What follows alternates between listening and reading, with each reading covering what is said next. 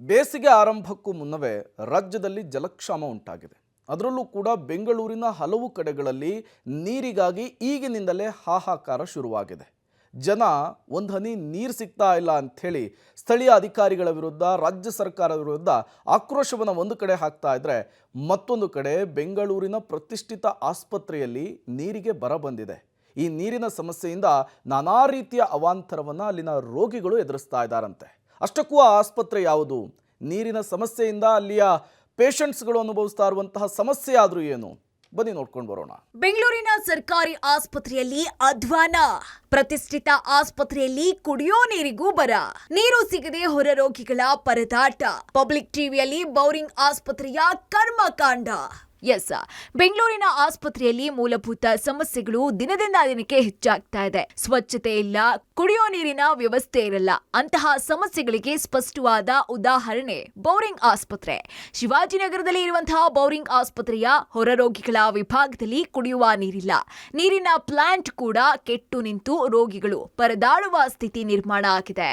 ರಾಜ್ಯದ ಪ್ರತಿಷ್ಠಿತ ಸರ್ಕಾರಿ ಆಸ್ಪತ್ರೆ, ಅದರಲ್ಲೂ ಕೂಡ ಬೆಂಗಳೂರಿನ ಪ್ರಮುಖ ಆಸ್ಪತ್ರೆ ಬೋರಿಂಗ್ ಆಸ್ಪತ್ರೆಯಲ್ಲಿ ಕುಡಿಯ ನೀರಿನ ಸಮಸ್ಯೆ ಎದುರಾಗಿರುವಂಥದ್ದು. ಹೊರರೋಗಿ ವಿಭಾಗದಲ್ಲಿ ವಾಟರ್ ಟ್ಯಾಂಕ್ಗಳು ಮತ್ತು ವಾಟರ್ ಸಪ್ಲೈ ಮಾಡುವಂಥ ಮಿಷಿನ್ಗಳೆಲ್ಲವೂ ಕೂಡ ಕೆಟ್ಟು ನಿಂತಿವೆ. ಇದು ಬೋರಿಂಗ್ ಆಸ್ಪತ್ರೆಯ ಹೊರರೋಗಿ ವಿಭಾಗ. ಇಲ್ಲಿ ಗಮನಿಸ್ತಾ ಹೋಗ್ತಾ ಇದ್ದೀರಾ, ಕಂಪ್ಲೀಟಾಗಿ ಹಾಳಾಗೋಗಿದೆ. ಎಲ್ಲವೂ ಕೂಡ ಕಸದಿಂದ ಕೂಡಿರುವಂಥ ಚಿತ್ರಣ ನಮಗೆ ಕಂಡು ಬರ್ತಾ ಇದೆ. ನೀರು ಕೂಡ ಬರ್ತಾ ಇಲ್ಲ. We care for your health ಅಂತೇಳಿ ಅಲ್ಲೊಂದು ಸೇವ್ ವಾಟರ್ ಅಂತ ಹಾಕಿದ್ದಾರೆ, ಆದರೆ ಇಲ್ಲಿ ನೀರೇ ಬರ್ತಾ ಇಲ್ಲ. ಗಮನಿಸ್ತಾ ಹೋಗ್ತಾ ಇದ್ದೀರಾ, ಯಾವ ಖಾಲಿ ಆಗಿರುವಂಥದ್ದು, ಕೆಟ್ಟು ನಿಂತು ಸುಮಾರು ವರ್ಷಗಳಾಗಿದೆ. ಅದನ್ನು ಸರಿಪಡಿಸುವಂಥ ಕೆಲಸಕ್ಕೂ ಕೂಡ ಮುಂದಾಗಿಲ್ಲ. ಇದು ಹೊರರೋಗಿ ವಿಭಾಗ. ಇಲ್ಲಿ ಹೊರರೋಗಿ ವಿಭಾಗದಲ್ಲಿ ನೋಂದಣಿ ಮಾಡುವಂಥ ರಿಜಿಸ್ಟ್ರೇಷನು ಬೆಳ್ಳಂಬೆಳಗ್ಗೆ ಬೇರೆ ಬೇರೆ ಭಾಗಗಳಿಂದ ಸಾಕಷ್ಟು ಜನ ಸಾಲುಗಟ್ಟಿ ಬರ್ತಾರೆ ಇಲ್ಲಿ ರಿಜಿಸ್ಟ್ರೇಷನನ್ನು ಮಾಡಿಸ್ಕೊಳ್ಳೋದಕ್ಕೆ. ಗಮನಿಸ್ತಾ ಹೋಗ್ತಾ ಇದ್ದೀರಾ, ಸಾಲುಗಟ್ಟಿ ಬರುವಂಥ ಜನರೆಲ್ಲರೂ ಕೂಡ ಇಲ್ಲಿ ನಿಂತಿರುವಂಥದ್ದು.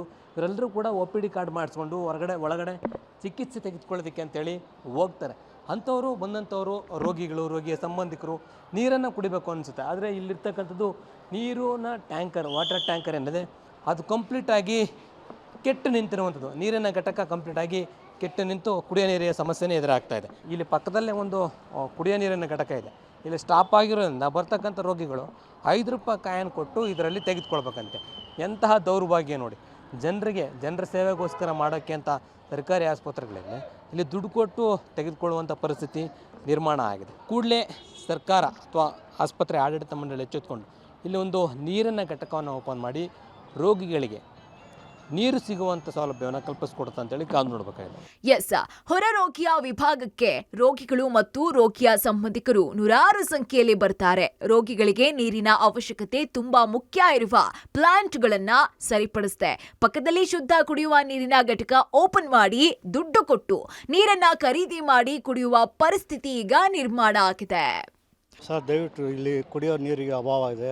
ಬೋರಿಂಗ್ ಹಾಸ್ಪಿಟ್ಲು ಕೆಟ್ಟು 3 ತಿಂಗಳೇನು ಆಗ್ತಾ ಬರ್ತಿದೆ. ಹತ್ತತ್ರ ಕುಡಿಯೋ ನೀರಿಗೆ ಹೊರಗಡೆಯಿಂದ ಬರೋ ಪೇಷಂಟ್ಸ್ಗಳಿಗೆ ಕುಡಿಯೋ ನೀರಿಗೆ ಅಭಾವ ಇದೆ. ಕುಡಿಯೋ ನೀರು ವ್ಯವಸ್ಥೆ ಮಾಡಿ ಸರ್. ಕುಡಿಯೋ ನೀರು ಸರಿ ಇಲ್ಲ. ಇಲ್ಲಿ ತುಂಬ ಬಡವರೆಲ್ಲ ಬರ್ತಾರೆ. ಸ್ವಲ್ಪ ಸರಿ ಮಾಡಿಸ್ಕೊಟ್ರೆ ತುಂಬ ಚೆನ್ನಾಗಿರುತ್ತೆ ಸರ್, ಆರೋಗ್ಯವಾಗಿರುತ್ತೆ. ನೀರು ಕುಡಿಬೇಕು ಅನ್ಸುತ್ತೆ ಸರ್, ಆದರೆ ಗಲೀಜು ನೋಡಿದ್ರೆ ಕುಡಿಯೋಕ್ಕೆ ಮನಸ್ಸಿಲ್ಲ, ಕುಡಿಯೋಕ್ಕೂ ಆಗಲ್ಲ. ಸ್ವಲ್ಪ ಸರಿ ಮಾಡಿಸಿ ಕೊಡಿಸಿ ಸರ್.